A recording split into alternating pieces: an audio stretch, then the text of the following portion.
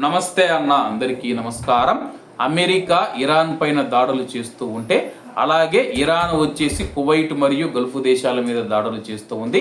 అలాగే మొన్నటి వరకు మనం చూసుకుంటే అమెరికా సైనిక స్థావరాలను లక్ష్యం చేసుకొని ఇరాన్ దాడులు చేసిన విషయం అందరికీ తెలిసిందే.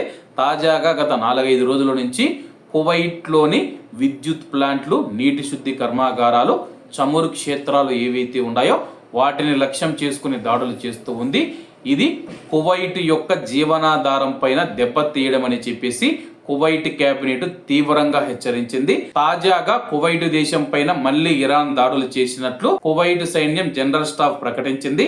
ఇరాన్ యొక్క దారుణమైన దురాక్రమణ నేపథ్యంలో కువైట్ సాయుధ దళాలు ఇరాన్కు సంబంధించిన డ్రోన్లను అడ్డుకున్నాయని కువైట్ సైన్యం యొక్క జనరల్ స్టాఫ్ బుధవారం అర్ధరాత్రి 11 గంటలకు ప్రకటించింది.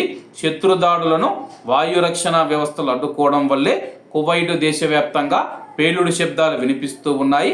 సంబంధిత అధికారులు జారీ చేసే భద్రతా సూచనలను ప్రజలు పాటించాలని కోరుతూ ఒక పత్రికా ప్రకటనలో కువైట్ సైన్యం యొక్క జనరల్ స్టాఫ్ పేర్కొంది.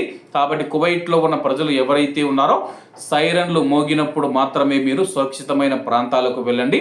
తర్వాత మీరు యథావిధిగా మీ యొక్క పనులు చేసుకోవచ్చు. కువైట్లో ఉన్న కువైటీ ప్రజలు మరియు ప్రవాసుల యొక్క ప్రాణాలను రక్షించడానికి, భద్రత నిర్ధారించడానికి కువైట్ సైన్యం 24 గంటలు పనిచేస్తూ ఉంది. ఎవరూ భయపడవలసిన అవసరం లేదు. కువైట్ దేశానికి ఏదైనా ముప్పు కలిగించే డ్రోన్లు కావచ్చు, మిసైళ్లు కావచ్చు, ఆకాశంలోనే పేల్చివేస్తూ ఉన్నాము. అలాగే అమెరికా వచ్చేసి ఇరాన్ పైన మరిన్ని దాడులు తీవ్రతరం చేస్తా ఉన్న నేపథ్యంలో కువైట్ పైన కూడా మళ్ళీ ఇరాన్ దాడులు చేసే అవకాశం ఉంది.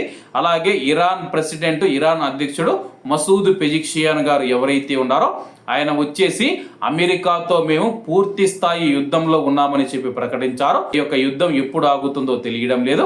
కాబట్టి అందరూ బాగుండాలి, అందులో మనం ఉండాలి. అందరికీ నమస్తే అన్న, జై హింద్.